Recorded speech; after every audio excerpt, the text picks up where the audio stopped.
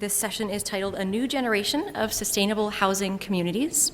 My name is Melissa Elander. I work for Clean Energy New Hampshire as the North Country Energy Circuit Rider. I am going to be serving as the moderator for today's session, but I'm going to go right to introducing our first speaker, who is joining us virtually. And our first speaker is Carmen Lorentz. Carmen is a proud native of the New Hampshire Lakes region, and after a decade in Washington, D.C., and 6 years as a consultant in the Saratoga Springs, New York area, Carmen moved back to the Lakes region in 2011 to serve as the executive director of Belknap Economic Development Council. In 2014, she was appointed by Governor Maggie Hassan to serve as the director of economic development. In 2017, she assumed the role of Executive Director of Lakes Region Community Developers, where she has worked with the Board of Directors to expand the organization's mission to respond to the changing affordable housing needs in the region. So I'm going to turn it over to Carmen, and I think what we'll do, because Carmen's joining us virtually, is we'll do questions for Carmen right after her presentation, and then we'll save our questions for the following two presenters until the end. So Carmen, it's all yours. Thanks. Well, thanks for having me today and letting me join virtually. I appreciate that.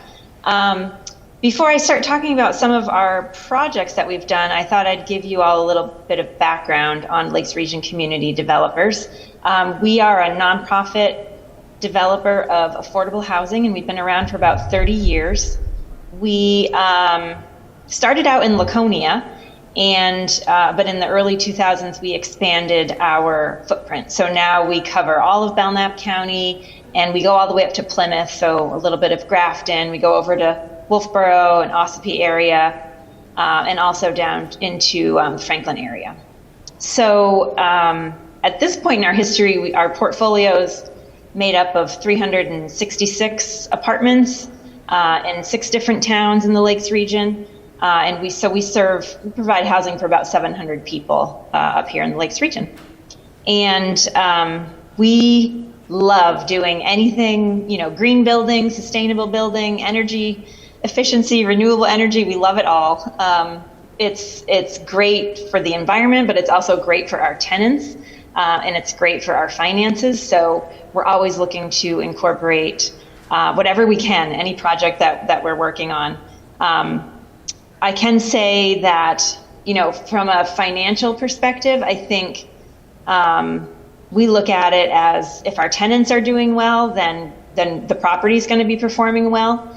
So, healthy housing, housing that's energy efficient, and that allows people to better manage their budgets. We find it's a great fit for our mission and what we do. And we're a nonprofit landlord, basically. So we're a landlord, but we're kind of different.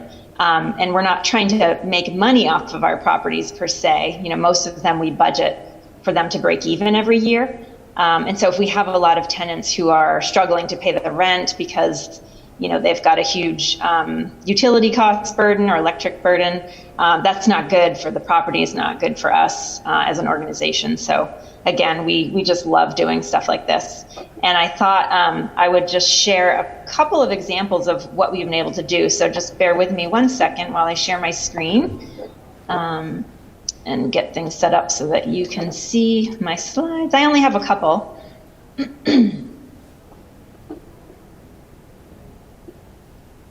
All right. How's that look? I think that looks right on my end.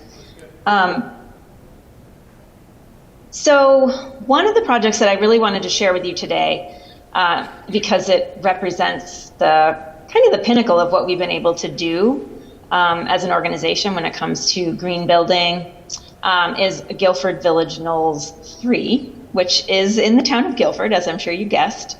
It is a senior housing development. It's got 24 one-bedroom apartments. This was our first foray into passive house design. So the building is built to those standards. It's certified as passive house. And I think it was the first passive house multifamily building in the state. And then in addition to that, you can see from the photos, the solar. We put a pretty big solar system on the roof. There's 344 panels. And it generates, in year one, it generated 109,700 kilowatt hours. So it's a beautiful property, I think. I hope you agree. And it operates just wonderfully. We were able to include, so the tenants that live here, everything's included in the rent. Heat, electric, and with electric, they get air conditioning too. So we have central air. They all have their own thermostats, but that's all included. So it's super comfortable building for the residents. And the cool thing for us is, I don't know if you can see, so like over here through the trees, kind of, you can see another building. This is Guilford Village Knolls 3, which you might assume indicates it's the third phase of a campus. So there's a phase 1, phase 2, and phase 2 is the one right here that you can see through the trees. And it's the exact same footprint as phase 3, which we built and opened in 2018. So it's great because we can compare the two, the energy usage and the energy costs for the two buildings, because phase 2 was just built to conventional standards. So doesn't have passive house, doesn't have solar. And what we find is that even with the inclusion of air conditioning, phase 3, it's like costs half of what phase 2 costs to operate. So, and the tenants get, they get more benefit out of it because they have air conditioning included. So they're more comfortable in the summer. And that's really important for seniors, especially who, are more susceptible to heat stroke and things like that. So this was kind of our, sort of like the most that we've ever been able to do. And I think as far as other developers that are interested in doing passive house, I would certainly encourage it, because we were a little bit nervous when we started because we've never done it before. Neither had our contractor. We've worked with Martini Northern on this project, and neither had the architect. So we were all learning together. And there was a bit of a learning curve, but at the end of the day, it only cost, I think it was 8% more than what we would typically spend. So it really wasn't that much more expensive. And I can say now that we're, 4 years into operating this property, the benefits definitely outweighed that slightly increased cost. I mean, it operates so well from a financial perspective, and just the tenants really love it and find it very comfortable and very affordable. So I think that's something, that anybody who's building something, especially if you're doing new construction, I would really encourage you to look at passive house, because it's worth it. And then I did also want to share a couple of other projects that we did. So in Laconia, where we started, most of our portfolio in Laconia looks very much like these photos. They're scattered duplexes all throughout the city, in different neighborhoods. They tend to be older buildings, and we have invested quite a bit in, just making them more energy efficient and just making them look nicer in general.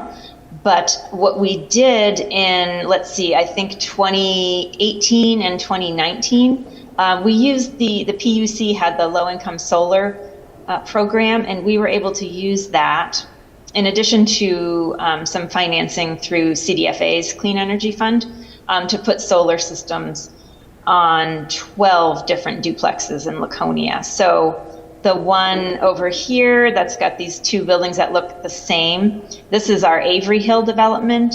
And if you're familiar with Laconia, it's kind of up near the hospital, Laconia Hospital. And there are 6 buildings that we were able to put solar panels on at Avery Hill. So not all of the duplexes in that property were a good fit for solar, but 6 of the buildings were. So a 6 rooftop installation, and altogether the system generates about 84,000 kilowatts a year. And then because we had such a good experience doing that the first time, we the next year turned around and applied to that program again for our Pine Hill property. And so that's the other 2 photos that you can see here. And similar, it ended up being, I think we had 7 buildings in this property, and again, only 6 of them were really good candidates for solar, but we were able to put 6 rooftop installations in again, and that one produces about 68,000 kilowatts an hour. And the thing that was great was before we did this, tenants at all of these buildings would pay their electric separately. And so, that can be tricky for people because it's, the budget fluctuates a lot. And especially now I'm, kind of glad for the tenants that we did that. We included electric in the rent because we were able to cover the costs through what we were earning on the solar generation. And it's been great. We see that those tenants definitely, housing stability is not as much of a struggle as it is at some other properties where electric's not included in the rent. So again, I think this one really, we wouldn't have done it if not for that PUC program. So really hoping that there can be more funding for that at some point in the future, because we still have a lot of other buildings that we'd love to do this on, and that's sort of what made it financially feasible for us. We could carry a little bit of debt to do the projects, but we couldn't finance the whole thing and still keep the rents affordable for the tenants, because these aren't very large properties. So, I think, putting solar on these buildings has been great for us as an organization and also for the tenants that live there. So those were the projects that I wanted to share with you. And I think, one of the things that they had put into the description for this was just, how can we expand more of this throughout the state? And, I think every project that we've done has been a little bit different in terms of the funding that's been available to us.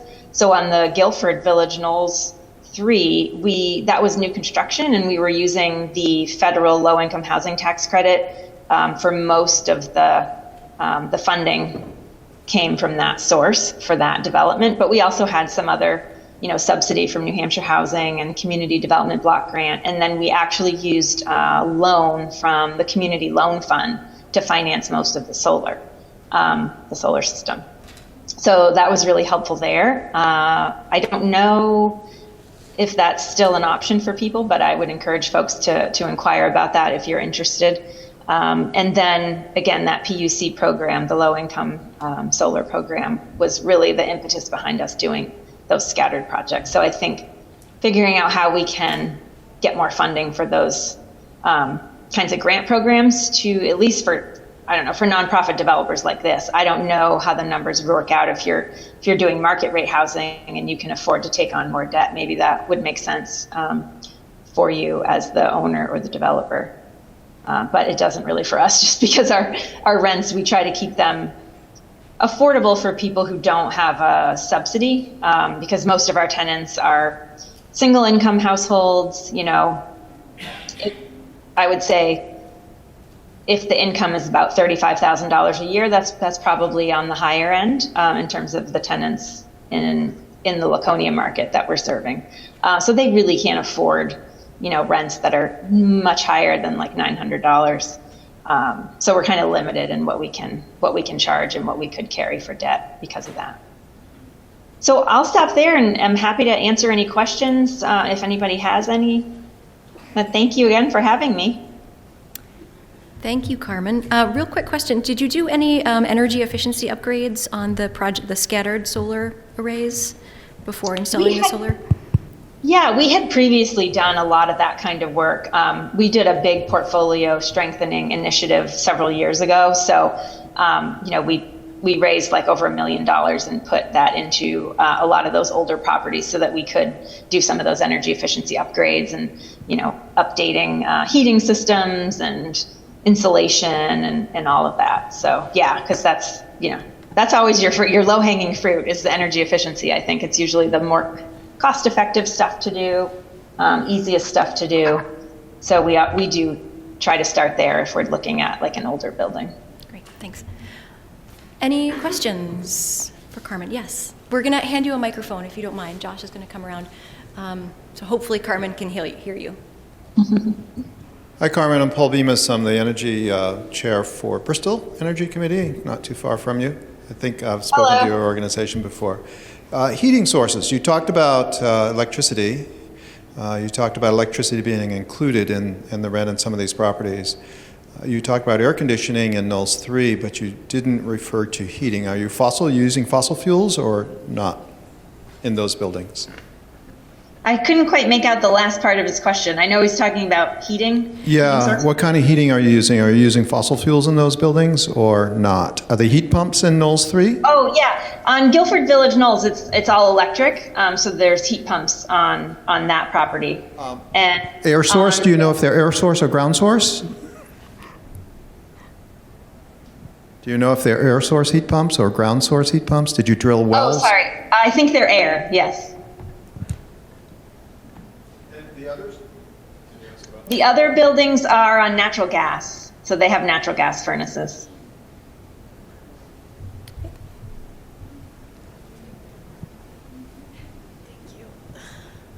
Hi, Carmen. So a lot of the success from energy efficiency projects comes from human behavior, just letting that work. So how do you communicate your projects with the residents, and has their behavior in the buildings affected the success of your projects? And yeah, can you just tell us a little bit about your experience with that? Yeah, and Guilford Village Knolls, it's not quite net zero in terms of the operation, but it's very close. And I think there we don't have as much of a concern. But of course, we're always, reminding people of energy saving tips. I do, it's interesting right now with what's going on with the cost of electricity. We are a little concerned about the duplex, the duplexes that have solar, just because we're seeing right now what we're earning off of the generation is not covering the cost. So we are having to do a lot more education with tenants, just if you're just thinking of it from a financial perspective, to try and bring the energy usage down. Because there's always, if they're not paying their electric bill, yes, they think there's less incentive for them to be careful and turn the lights off, and not keep the TV running and things like that. So yeah, so that is definitely something that's always a challenge in those buildings. Josh. Hey, Josh. Thanks. Hey, Carmen, it's Josh. How are you?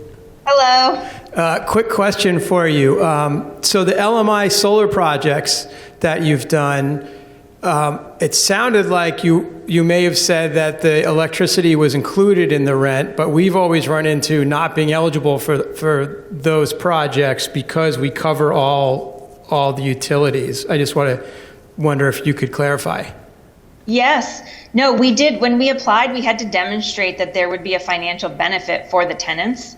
So yeah, I can see where that would be an issue for you, because if you already were including everything, then you would benefit, but they wouldn't benefit. So that's definitely something maybe they could look at in that program. Because if our goal is just, reducing fossil fuel usage, then should it really matter? But in our case, we were saving them money. And I think I don't remember, but I think we were able to save, on average, each household was able to save like $650, $700 a year. But that was a few years ago when we did it.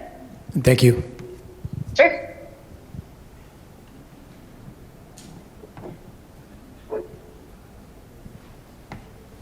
Any other questions for Carmen? What's that? Looks like no. All right. Carmen, thank you so much. Yes, enjoy the rest of your panel. Take care. Bye.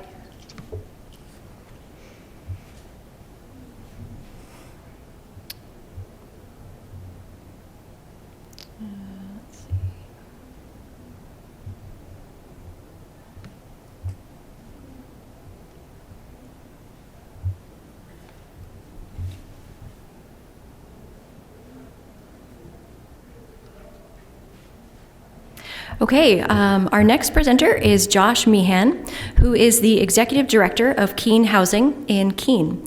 Josh has worked in affordable housing for over 20 years. Keene Housing is actively engaged in reducing its carbon footprint and has committed to becoming carbon neutral by 2035. So Josh. Thanks. Yeah.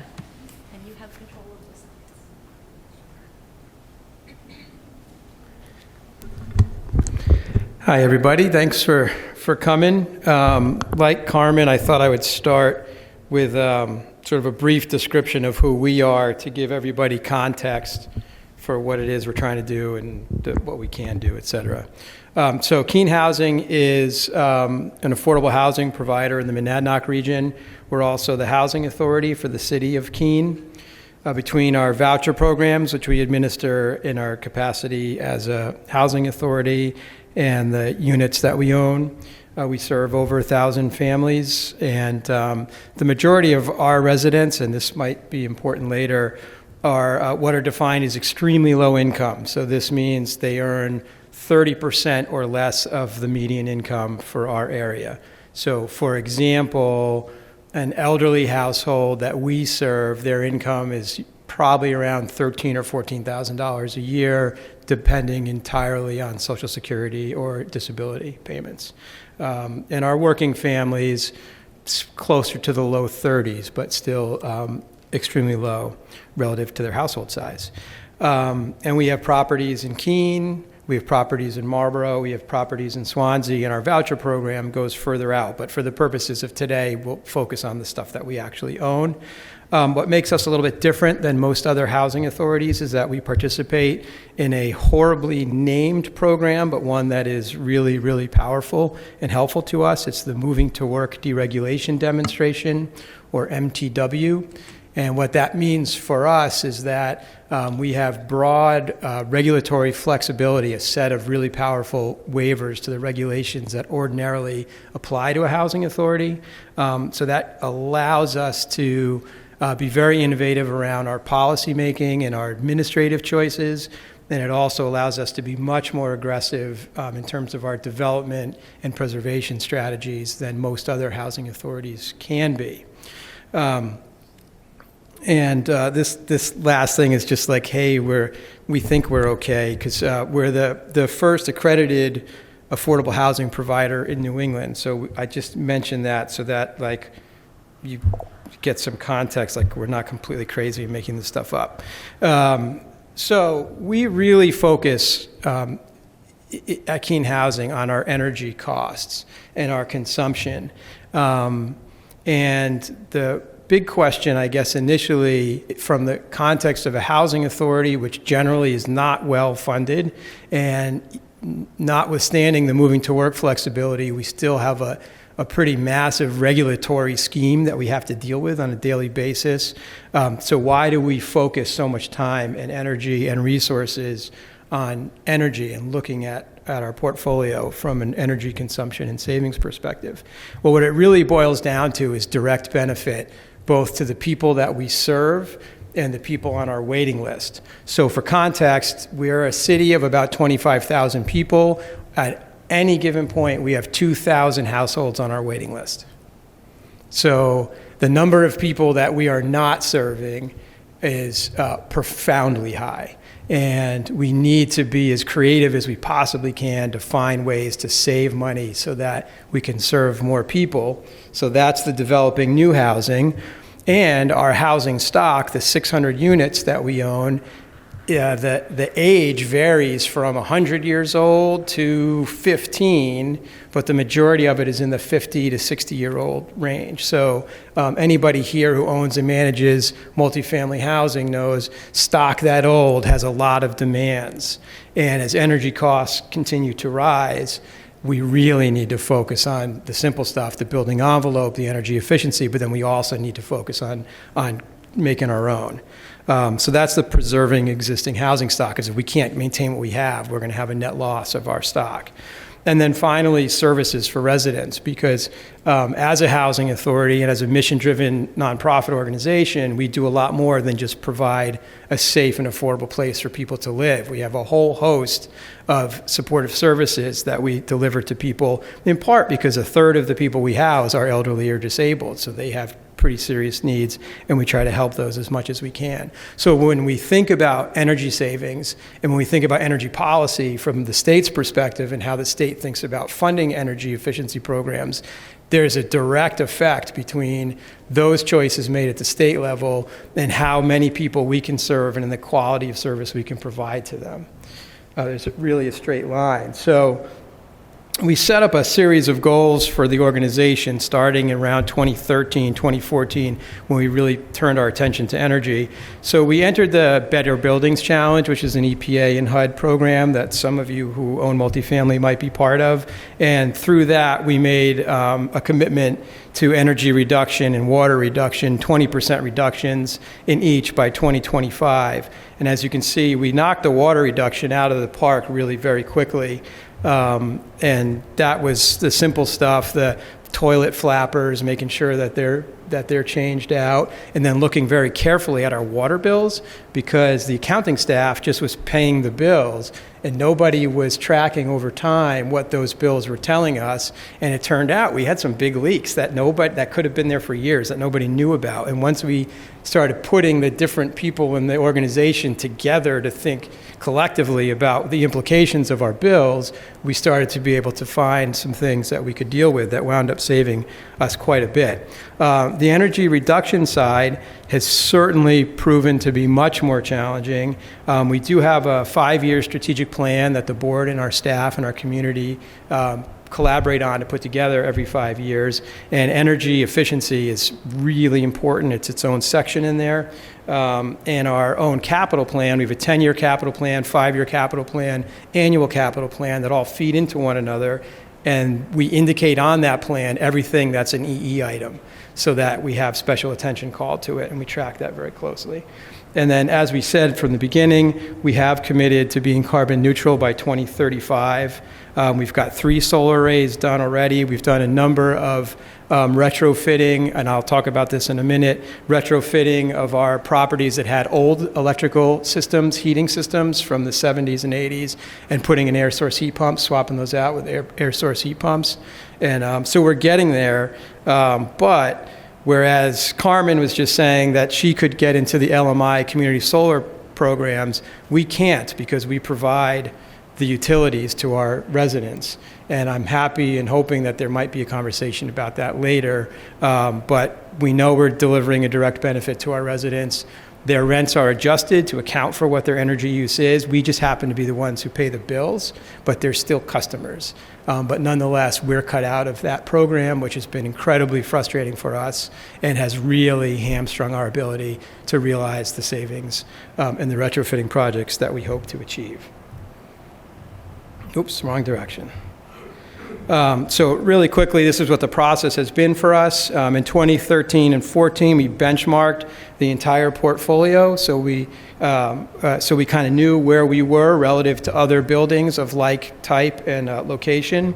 And I mentioned we started working on low flow water fixtures on turnover. So when we have a unit turn, we go in, we do the faucets, the shower heads, the toilets, all that stuff. I mentioned the Better Buildings Challenge. And then once we sort of had a good sense of where we were to start with, and we started taking care of the things that were really easy, we started moving to the next phase, which was all the LED lighting retrofits, and we were very grateful to Eversource for playing such a big role and helping us with that. And we also were thankful to CDFA because we got a capacity building grant from them, which we used to teach ourselves about solar, because we didn't know anything about it. We know about turning units over and doing all the recertification stuff that we have to do to make sure people are eligible for our programs, how much their rent is each month, all that stuff. We didn't really know much about solar, so we were able to teach ourselves, which has been great. And then through the Better Buildings Challenge, our maintenance staff learned how to do blower door testing. So then we did blower door testing of every unit in our portfolio. So we knew how they performed. And then what we discovered was all the units in a building have the same weaknesses. So we don't do a blower door test on every turn because we have a database that we created, sort of, again, creating a baseline, and we go in and we know what to look for moving forward. And then we got to more into the generation side, and in 2018 and through now, working on solar arrays where we can. For us, the path to solar has been power purchase agreements, and we've done a number of heat pump installations using the New Hampshire Saves program. But as many of you probably know, that program has changed significantly in the last year, and that's presenting a lot of problems for us. Let's put it that way. Again, getting to our goal of 2035 carbon neutral, the headwinds are really blowing against us right now, and you can probably sense I'm a little frustrated by that. Nonetheless, we did accomplish a $6 million renovation at Central Square Terrace, which I'll highlight in a second, and $1.5 million at Bennett Block, which is a 14-unit. It's a family property technically, but they're one bedroom, so it defaults really to people with disabilities. And all of our renovation projects now, EE's there right away. If we can do air source heat pumps, we do air source heat pumps. And of course, we just look for every way we can to reduce the EUI at those properties. So here's a kind of sense of where we're at today. The red line is average, is the national average, but it's regionalized, so it's all adjusted for building type, et cetera. But the red line is average, blue line is our baseline year, and green line is 2021. As you can see, it's mixed on the energy side, but I would call your attention to Forest View, which we'll see in a minute. That's sort of the Cadillac, what we want to get to, where we took out old electric thermal storage heating units, replaced those with air source heat pumps, and did solar on the roof. That's what we want to get to, because we've got electric heat on a lot of our properties. So you can see Forest View is really performing very, very well. The other place that we've done air source heat pumps was West Street, which you can see is the second one from the left. You can see the performance there. So basically, this is a really powerful tool for us. It lets us know how we're doing, and it does call attention to places that aren't performing exactly as we were hoping. But this is the big thing. So my board, when we started this effort, they were much more concerned with how much money are you going to save? How quick is the payback? It was a very sort of bottom line economic exchange from where my board was at. They recognize the importance of reducing our carbon footprint for the benefit of the country and the world and all that stuff. But they're not going to let me spend money that has a 50-year payback, because it's not an appropriate use of our funding. So this gets to, well, then how's it going? And for broader context here, our annual budget's around $15 million a year. So that gives you a sense of how these numbers fit into the big picture. So 2013, our water costs were $391,000. By 2021, they were $281,000. That's pretty good. And we're very, very pleased to see that sort of savings. Did consumption go up during that period? Yeah, consumption has gone up. So two things kind of happened over the same period. One was we became very focused on how quickly we turn over vacant units, because our vacancies are always very low, but right now they're 1.4% in a 600-unit portfolio. Basically, there is no vacancy. Back then, when we started this, it was in the threes, which is still functionally zero in a real estate perspective, but for us, that was too high. So one thing that happened over this period of time is vacancies were reduced. There's more demand on water. The other thing that happened was getting to community service and servicing our residents and making nice things for them, was we hired a community gardener, and over that period of time, we keep adding raised beds to all of our properties, which then use water for the gardening. And at this point, we have 60 raised beds across our portfolio. So there is actual quantifiable increases in water consumption that are tied directly to those gardens. And then we have to kind of, what's the value of that? Is it there? Is it not? And it's very valuable to the quality of life of our residents to have those gardens. But thank you. That's a really good question. And then the energy costs. So even though the performance a couple charts ago is a little bit mixed, the impact is still really significant on the bottom line. And you can see here this difference of about $200,000 per year in savings in our energy costs. So it's working. It's again, we're not getting, I'd like us to be more aggressive, but we're getting there. Josh, that's total energy, that's not just electricity? That's EUI, yeah, that's right. Yeah, it's everything.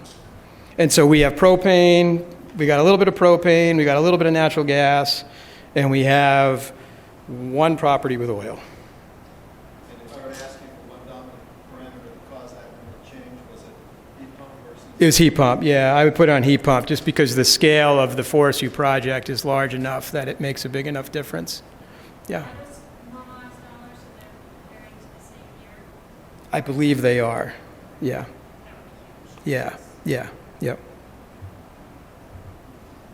So here's adjusted for report, this is for weather, but this is the savings at the West Street pilot. So we started, the first place that we wanted to experiment with taking these electric thermal storage units out and replacing them with air source heat pumps was a smaller property because we didn't want to risk doing a 30-unit property, and oh man, this doesn't work at all, and it's really expensive. So we started with this small property, which is 4 units, West Street, and it performed precisely the way the people we pay to figure out how these things are going to perform told us they would. So we were very, very pleased with West Street's performance, and then that gave us the confidence to move to a larger project. Oh yeah. Yeah, the blower door predated all of this kind of where we're at now. That's right, yeah. So the blower door happened in 2014 is when we were doing blower doors. And 2015 maybe we're still going on. So you can kind of see where that kicks in. You know, that had happened. And that building actually was in pretty good shape in terms of building envelope because my predecessor had got a CDBG grant and had done work on just a few of the scattered sites. This is what we would consider one of our scattered site properties. So it was already in pretty good shape in terms of windows, insulation, and the rest. Thank you so much for asking questions as I go. This is very good. I appreciate it. Thank you. So this was our first solar project. This is Harper Acres. This is elderly disabled housing, 112 units, somewhat scattered, as you can see from this picture. And drones are really cool because it's easy to do this. And then you have like this nice picture from way up high that gives you good perspective. As you can see, it's at 91.5. Surprise, it's just under 100. As everybody knows, I think, why that is. This is a power purchase agreement with our friends at Revision Energy. I think Dan's back right there. And this was 2018, so this was our first one. And so this was, as I mentioned, this was sort of this is where we want to go. We have a whole series of properties that are this vintage, 1960s vintage, that have these electric thermal storage units and a lot of roofs and not a lot of trees directly in front of those roofs. So this is a combination of solar on top through a solar PPA, and then at the time, the New Hampshire Saves program allowed Eversource, or vice versa. I don't exactly know how to articulate that relationship, but the cost of the heat pump project was covered entirely by the utility. It was huge because we couldn't do that ourselves, and we were incredibly grateful to that. For that. We still had to do new roofs. We still had to repaint because we're taking out these old ETS units, and there's an old, exposed piece of wall back there, and the baseboard's screwed up, and the flooring's messed up underneath where it was. So we had to find money for that. New Hampshire Charitable Foundation helped us with the costs for the roofs and some of that other work. And it was just a great project. It's really, like I said, it's where we want the rest of our portfolio that has these old electric thermal storage units to look like. And so here you can sort of see how the difference the solar's making at Forest View. It's pretty good. Whoop. So North and Gilsum, this is, as you can see, actually, if we do, so you see what that looks like, and you see what that looks like. So they're sort of sister properties. Again, exact same vintage. They used to be public housing. They got converted to something else in 2017, but it's still assisted subsidized housing for extremely low income families. So the plan here was to do Forest View again. So that's the solar on the top and the heat pumps. New Hampshire Saves got killed just as we were about to put this contract out. We had already spent all the money on the architecture and engineering and all that front end work. We had already spent our own money on that. And unfortunately, we were unable to move forward with the heat pump project, but we did move forward with the roof, doing new roofs, and getting the solar done. So we're trying to figure it out. We've got all the work done, the engineering's done, we're ready to go. So we're trying to figure out how we'll pay for this, but we hope to figure that out. And then Central Square Terrace, this is 90 units of elderly disabled in a historic building in downtown Keene.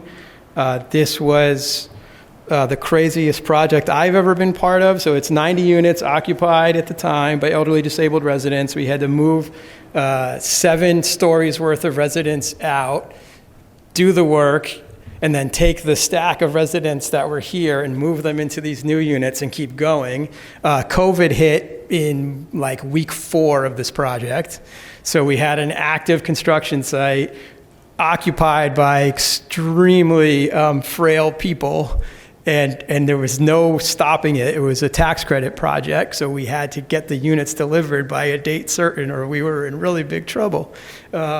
This was an insane project, but it got done. We had great contractors, and CDFA staff were terrific, and NIFA, New Hampshire Housing Finance staff, were terrific, and we got it done. I think what's notable here was this was baseboard heat, natural gas before we started this project, and now there's 90 air source heat pumps on the roof of this building, and each resident has their own control. Now we've got bottoms and tops on those controls, so it's not going to be 100 degrees or 50 degrees.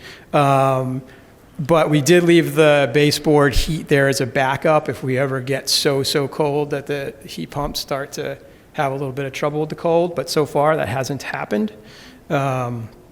And this property is performing really well from an energy perspective. And then the other thing I'll just mention, and I apologize if there's anybody from Eversource in the room, but they hate this part of it, but we consolidated 90 meters into one so that we're not paying for 90 meter reads every month, which is kind of crazy. What's that? Yeah, so this was a gut. So this was gutting all the units down to they were metal, so it's steel. And so it's an interesting building, actually. The piece you can see here is circa 1880 something. But on the back end, where most of the property was built in 1984. So that was steel and concrete, whereas the front end is old and was wood. So we gutted everything. So there's everything's insulated, heat pumps everywhere, low flow toilets, LEDs everywhere. And then because this is elderly disabled housing, this was the time to build in the grab bars in the bathrooms and roll-in showers in every single unit. All that kind of, and moving the switches and getting rocker switches and all that. Yeah. Yeah.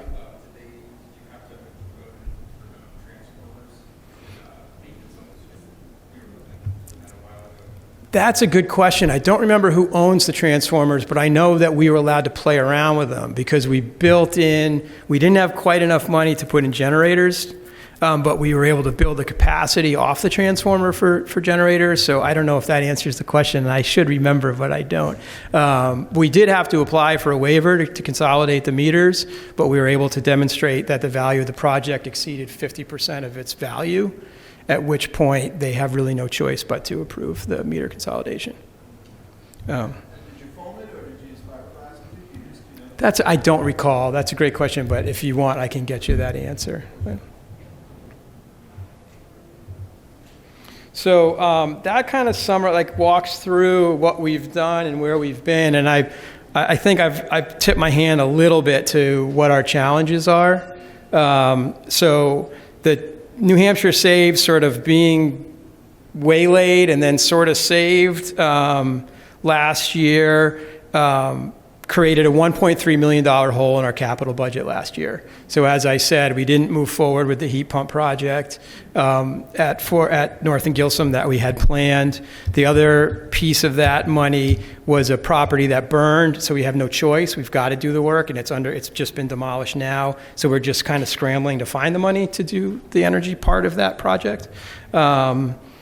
And as my question to Carmen, and I mentioned earlier on, right now, generally speaking, the regulatory framework for most of the programs that the state uses to encourage community solar projects and other EE projects cuts out a huge portion of the affordable housing portfolio in the state, and that is organizations like mine, because we generally provide all the utilities, and then the rent that the tenant pays is adjusted to reflect that, but they don't actually pay the electric bill. And the way the statute is written right now, it refers to a customer, And the Department of Energy's position, and I understand it, but it's problematic, is that if somebody's not getting a bill, they're not the customer. So if your customer is Keene Housing, you're not an LMI off-taker, so you can't participate in this. So the effect of this is that literally tens of thousands of extremely low-income Granite Staters who would directly benefit from the nonprofit or housing authority who owns their property reducing their operating costs by generating solar or any number of EE things that we might be able to have access to, we're cut out entirely, and that's been really problematic for us. Yeah. Can we hold questions to the end? Sure. To make sure we have time. Okay, sure. So that's something that we're hoping that there could be some relief from, because housing authorities generally pay the utilities, so we're cut out. And then the last thing is, and I mentioned this earlier, is I think right now we all recognize that there's a pretty serious lack of affordable housing in our state. I mean, it's sort of in the zeitgeist in a way that I'm excited about, because for decades, nobody's really, not nobody, but it hasn't been bubbling up to the surface the way it is now, both for workforce as well as for elderly and disabled folks in an aging state like our own. So I think one of the challenges is policymakers on the energy side understanding the causal relationship between their choices around who's eligible to participate in these programs and how extremely low-income people are housed and the quality of their housing, because they could do a lot to help us. And I'm not saying it's out of any ill will, but rather those dots aren't obvious at all. But I'm hoping that like opportunities like this, where people get to talk and more people, we sort of flesh this stuff out, that there might be some longer term benefit of people connecting those dots in that way. Thank you.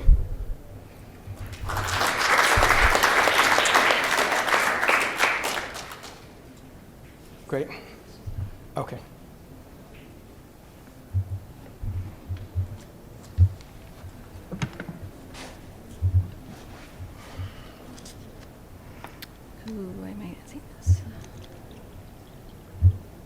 All right, thank you, Josh. So I think that our third presenter is going to teach us all a lot more about the LMI Community Solar Program in New Hampshire. Jeannie Oliver is a professor of law and staff attorney at Vermont Law and Graduate School Energy Clinic, where she works with students to provide law, policy, and advocacy services to clients pursuing clean energy and climate justice projects. In this role, she focuses on extending the benefits of renewable energy to low to moderate income communities and is working closely with ROC NH to develop community solar projects for resident-owned communities in New Hampshire. Jeannie has previously worked for the Vermont Department of Public Service in their Public Advocacy Division and as a commercial transactions attorney in private practice. She obtained her LLM in Environmental Law and American Legal Studies from Vermont Law School and her law degree from the University of Auckland in New Zealand. Thanks, Jeannie. Hi everyone, thanks for having me, and a little bit of a shift in gears here, as I don't work for an affordable housing organization per se. As Melissa said, I work for the Vermont Law School Energy Clinic, actually Vermont Law and Graduate School. We had a recent name change and it's still not coming to the tip of my tongue easily. And so what do we do at the Energy Clinic? We operate like a consulting firm. So I work with students who are either doing their law degree or their master's in energy, law and policy. And we provide pro bono law and policy services to communities and municipalities who are trying to reduce their carbon footprint. We prioritize communities and municipalities that are motivated to reduce their carbon footprint over sort of the financial savings or just the financial savings alone, because there's just one of me working on these projects with my team of students, and we are a mission-driven organization, so that's the reason. The types of projects we work on include net zero housing. I don't work on those projects, but I do have colleagues who do that kind of work. We do farm and energy projects, and then what I work on is community solar projects. with an emphasis on low-income community solar projects. And in that role, we've been working with resident-owned communities in New Hampshire. How many people here know what a resident-owned community is? So most of you. If you don't know what a resident-owned community is, we have Kevin Porter here from Rock USA who can probably answer better than I can. But essentially, it's manufactured housing communities where the residents have pulled together to purchase the land. And so it's not operated by a corporation, like an outside corporation, like many mobile home parks are. It's operated as a cooperative by the residents themselves. Okay, so what do I want to communicate with you today?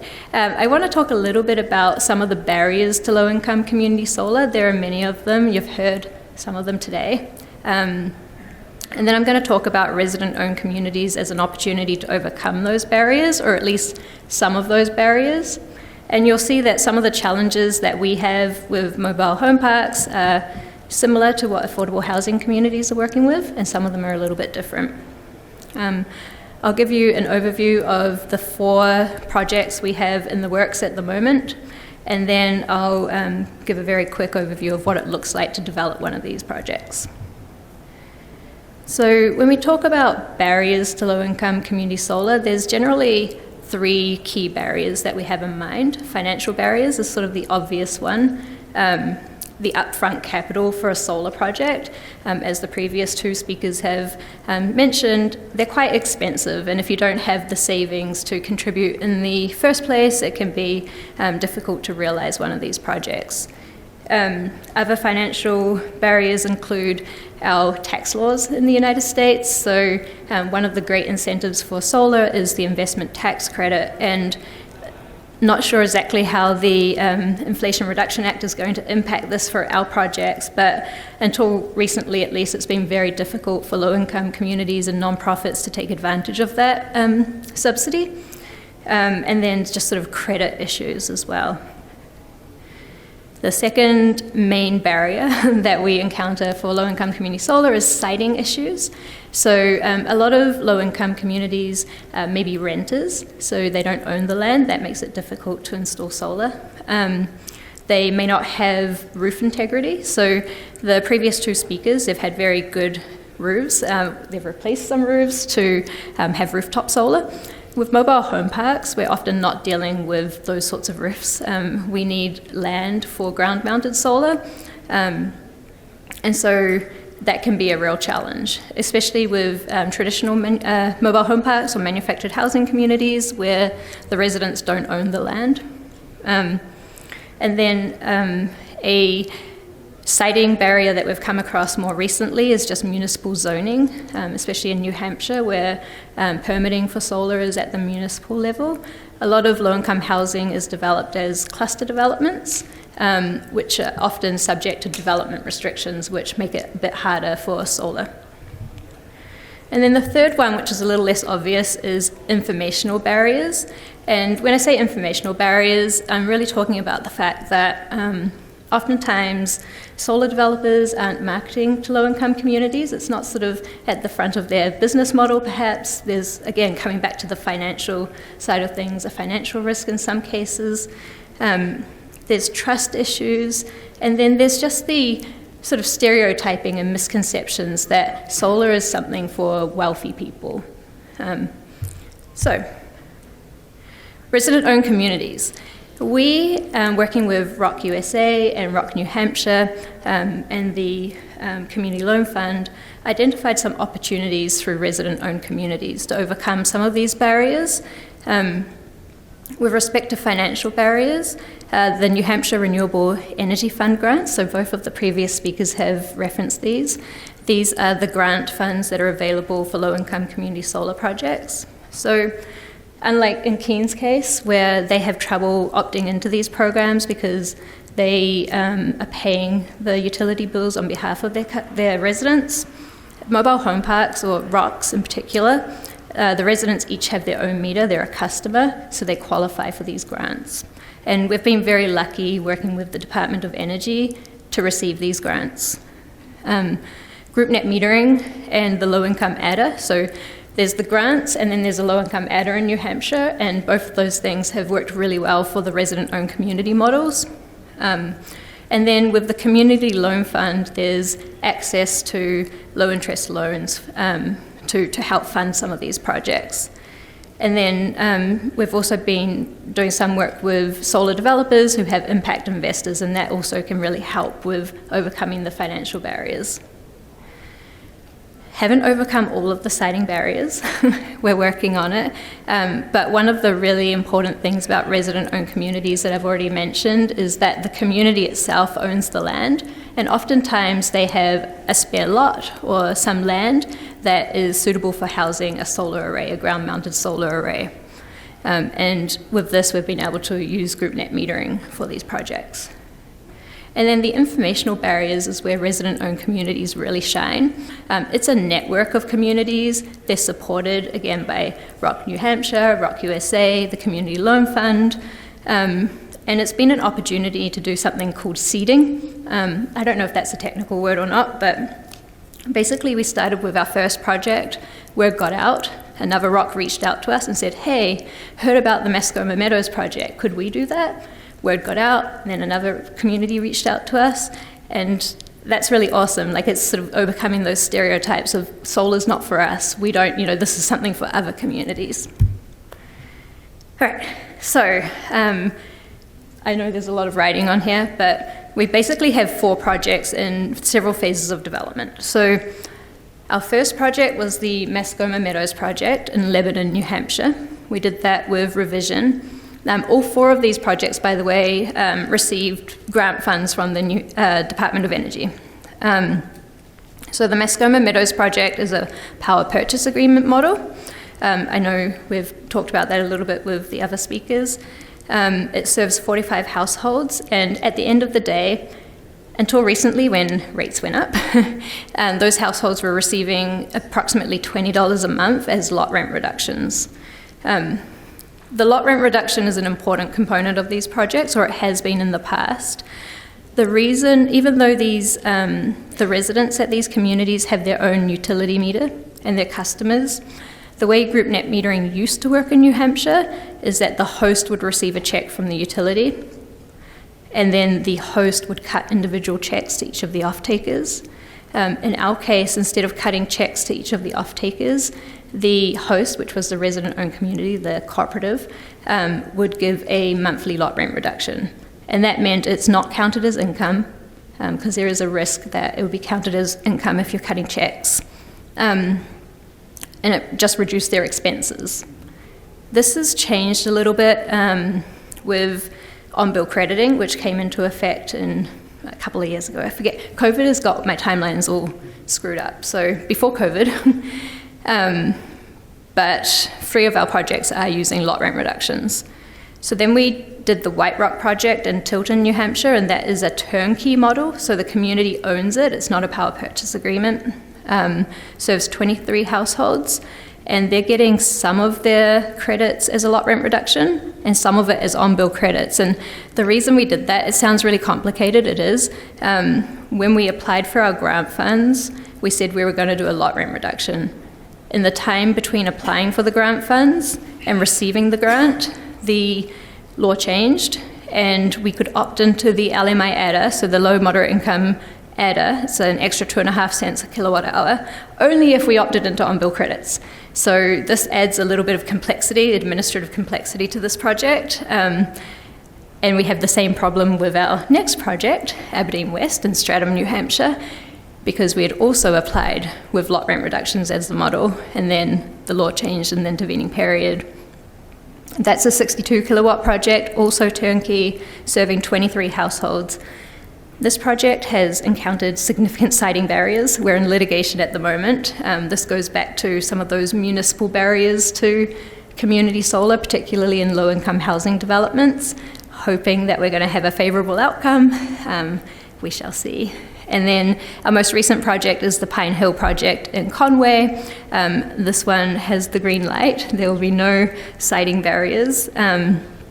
It's going to serve 25 households, and in this one we were able to do entirely on-bill credits. So part of the fun of these projects is just figuring out exactly what the regulations are at any given time and trying to simplify the administrative burden as much as possible. So as I've mentioned, we've used 2 models, and again, lots of writing, I apologize, but our first project was a power purchase agreement model. The primary reason for that was that we didn't have 100% grant funding. We had partial grant funding, so we didn't have enough money to pay the upfront cost to own the project outright. We were able to partner with Revision. They had an impact investor. The grant funds helped to bring down the cost of the power purchase agreement payment, so it's a very financially favorable project for our communities. We have considered the power purchase agreement model for other projects as well, just because we really wanted to leverage the investment tax credit. Does everyone know what that is? Show of hands. Yeah, everyone knows what it is. So we didn't end up going that route though, because these are very small projects. Bringing in impact investors and just to take advantage of the investment tax credit adds cost to the project. And it turned out when we did a request for proposal that those projects were more expensive than the turnkey proposals we were getting. So we ended up going with turnkey models. In the future, again, depends how what interpretation of the Inflation Reduction Act we get. We may be able to take advantage of the investment tax credit, and this will make the grant funds that the Department of Energy administers go a lot further. So that would be super exciting, but we'll see what happens. It seems like everyone's having trouble interpreting that. So some important things that we've applied to all of our projects is group net metering, absolutely essential to make these projects work, having that income flow coming from the projects, having a monthly lot rent reduction, on-bill credits, or both. We're trying to keep it simple as possible, just so that we're not having income coming to the residents. And this can be a real problem for residents who are on I think we call it the benefits cliff, where they're just on the edge of being eligible for benefits. You get a little bit extra money and you end up way worse off. And then all of our projects qualify for the low-income adder. To qualify for that, basically you have to have a project with at least 5 residential customers, which is the problem that Keene's run into, half of which are low moderate income, which is 200 to 300% of the federal poverty guidelines. In our case, all of the resident-owned communities qualify. So that's been a really good option for us. And then something that I try not to get into too much because it's a little bit wonky, but all of our projects keep the renewable attributes. So again, this comes back to Vermont Law School Energy Clinic being mission-driven, having an environmental mission. But we work with communities who are motivated to reduce their carbon footprint. When you transfer the renewable energy credits, or you part with the renewable attributes, you lose the opportunity for that solar array to reduce the carbon footprint of the community where it's hosted. So that's been a very important feature of our projects. I've got 5. I thought you had a question. I've got 5 minutes left. I'm not going to spend much time on this. I just wanted to give a visual of what the power purchase agreement model looks like and where the money's flowing. Most of you are probably quite familiar with this, but essentially with the power purchase agreement model, the utility pays the host, or at least under the old group net metering rules, this is how it worked. Now it could be on-bill credits directly to the households. And then there's a payment, some percentage of that net metering payment will go to the solar developer who owns the array. And that's the power purchase agreement payment. With the turnkey model, there's a one-time payment to the solar developer at the beginning. We call this the engineering, procurement, construction payment. And then the utility pays the host, or if you're doing on-bill crediting, the households for all of the generation. And then I just had a more complicated version of this where I showed the on-bill credits.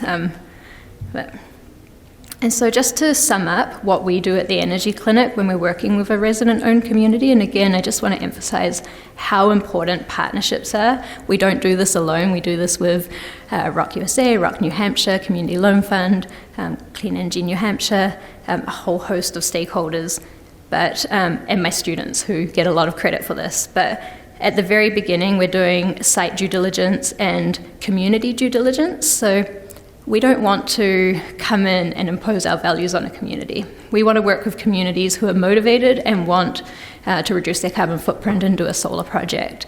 And so in the beginning, we're sort of looking for resident-owned communities who have heard about this and want to give it a go or want to know more about it and are willing to work with their community members to get a project off the ground. The second step is to apply for financing, usually grants, but just exploring what's available in terms of group net metering, low-income adders, that sort of thing, and then applying for it. Third, we do all of the contracting, so we draft the legal agreements between the developer and the community, and then between the community members and the ROC itself. And then we do all of the permitting. Sometimes that means we're in litigation, which is brand new for me and has been a steep learning curve for both myself and my students. But usually we stay out of court. It's pretty straightforward. We try, as part of the site due diligence, to work with communities and towns that favor solar. And then we oversee the installation and the sort of on the back end, we work with the community on the ongoing administration for these projects. And again, just community engagement and partnerships, key. And that's all I have for you, but I know we're going to open it up for questions. And so, like I said at the beginning, slightly different flavor to the other two speakers. This isn't, I myself do not work for an affordable housing development, so just wanted to bring this different perspective to you all. Thank you.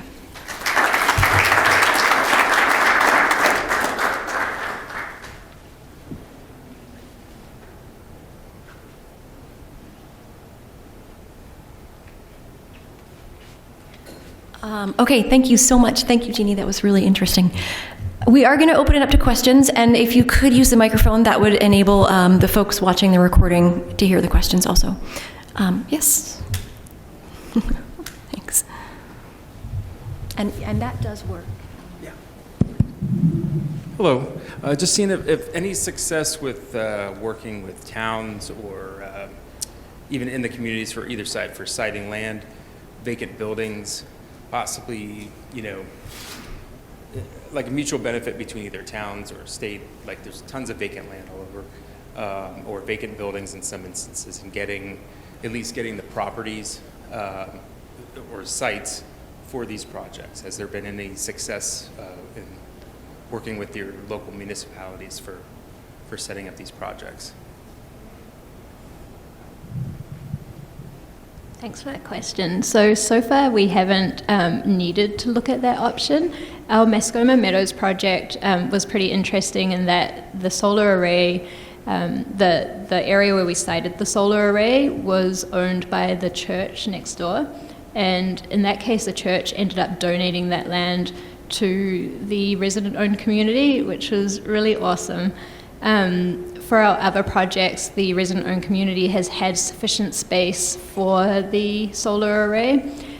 We have worked on projects, not our low-income projects, but just general community solar projects in Vermont, so not part of the ROC model, where, for example, in the town of Hartford, Vermont, the town of Hartford used town land for a community solar array, which it then partially used for low-income off-takers. But yeah, it's a great idea though, and to the extent that there are towns that want to help advance low-income community solar or affordable housing solar, I think that's an option that could work really well.